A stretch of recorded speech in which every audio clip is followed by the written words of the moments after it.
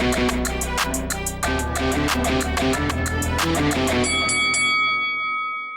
guys, welcome to Boxing Squared for boxing news and views from around the internet.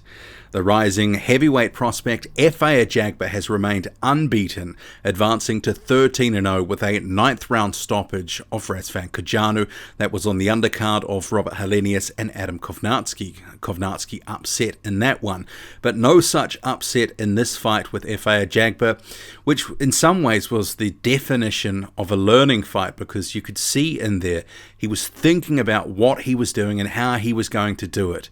Sometimes he went off the boil a little bit, and we'll talk about that, but overall he did actually do some very good things, and he showed some head movement. There was more punch variation, but we'll come to that. But the 9th round stoppage, at the point of the stoppage, Razvan Cojanu was spent. Over several rounds, Efe Ajagba, working behind his jab, started to close up Razvan Cojanu's right eye. And by the end, he looked in a real state. And he actually took a knee through one of the final flurries in the fight, and the referee waved it off. Previous round, round 8, he had been dropped. A shot sort of caught him around the temple region, and he was down. And until that point, there had been no real shots from Ajagba that really seemed to trouble Razvan Cojanu to any real extent. You could tell there were some heavy shots that got through, and maybe he was a little bit buzzed, but not to the point where his legs were gone or anything like that. But it was sort of like a chopping down the tree exercise by Efe Ajagba, round by round, just slowly wearing down and wearing out Razvan Cojanu, who did one of the things that I expected he would do in this fight, which was not throw enough punches.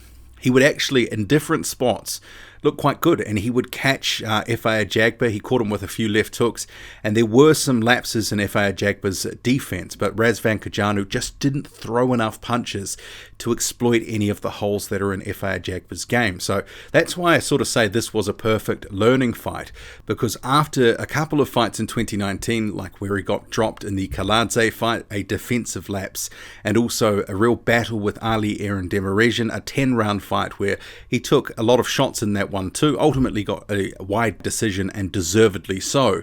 But it was one of these things with the Demirezhian and then Kaladze fights that some of the breaks sort of got put on the sort of hype machine behind Efe Ajagba.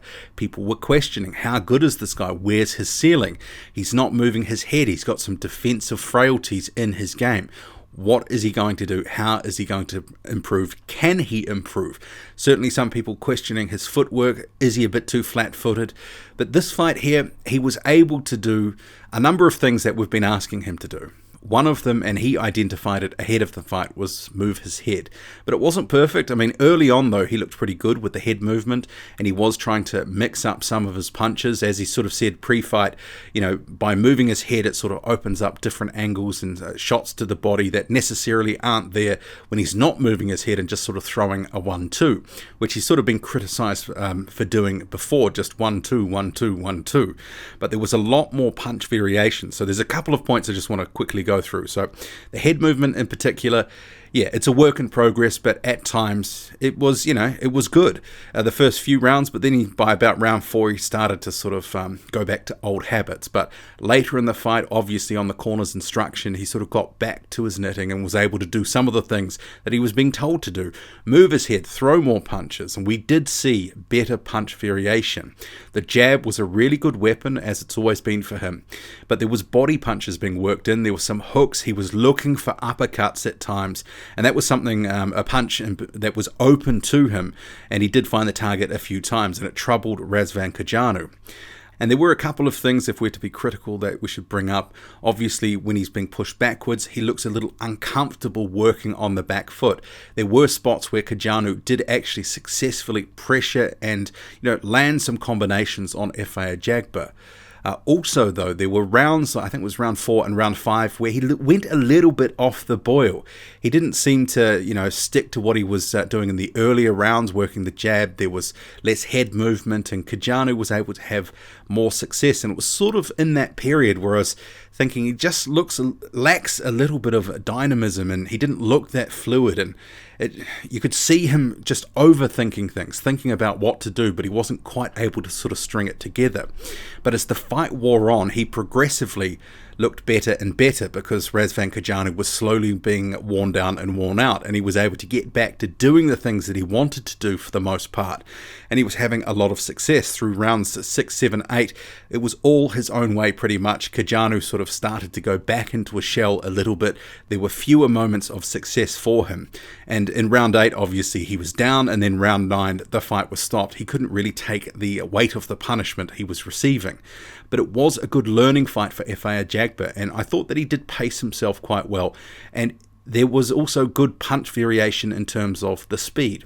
It wasn't just all heavy stuff. He was sort of putting different weight on different punches, and I like to see it when heavyweights do that, because when you're just throwing hard shots all the time, that's not really sustainable, and you see fighters like that who can only fight in bursts, but Ajagba was able to keep up a relatively decent pace throughout. It wasn't frenetic or anything like that. It wasn't like the Ali-Aaron Demirjian fight where it's just sort of punch, punch, punch, punch, punch, but there was a decent clip that was kept by Efe Ajagba, and some of that was because, the jab, he'd throw that at a decent pace, but then, there'd be a couple of other shots where he'd just touch Cojanu just to sort of keep him, guessing about what was coming next, and for Ajagba to start setting up his next work.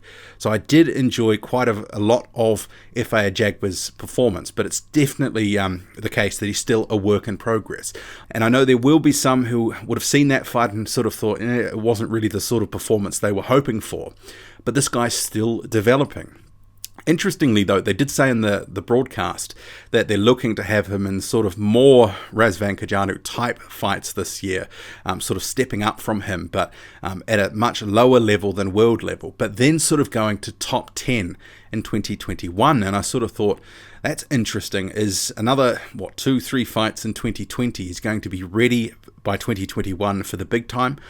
I'm not so sure. I think he needs a few more fights to bed some of this sort of stuff in, because, it was a little bit sporadic on things like the head movement, but overall the punch variation, there was improvement. But when you sort of look at the different prospects floating around and the way that Daniel Dubois dealt with Razvan Cojanu, I do think that, Ajagba's a little bit behind where Dubois is at the moment. He really opened Cojanu up, and you sort of saw that in spots in this fight, but then he just couldn't string together more punches, or wasn't aware that Razvan Cojanu was basically standing in the same spot with his hands up, that his body was open a lot of the time, and he could have invested more to the body with hard shots. That's kind of how Dubois opened him up, with, big left hooks to the body, brings Kojanu's hands down, and then it was lights out.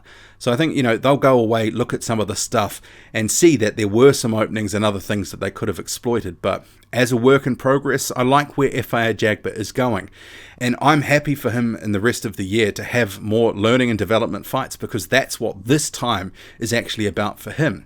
I don't mind that the hype has sort of come off him a little bit, because if he's going to get better, he's got to implement some things, and he's obviously working on them. Him and Ronnie Shields are doing a good job.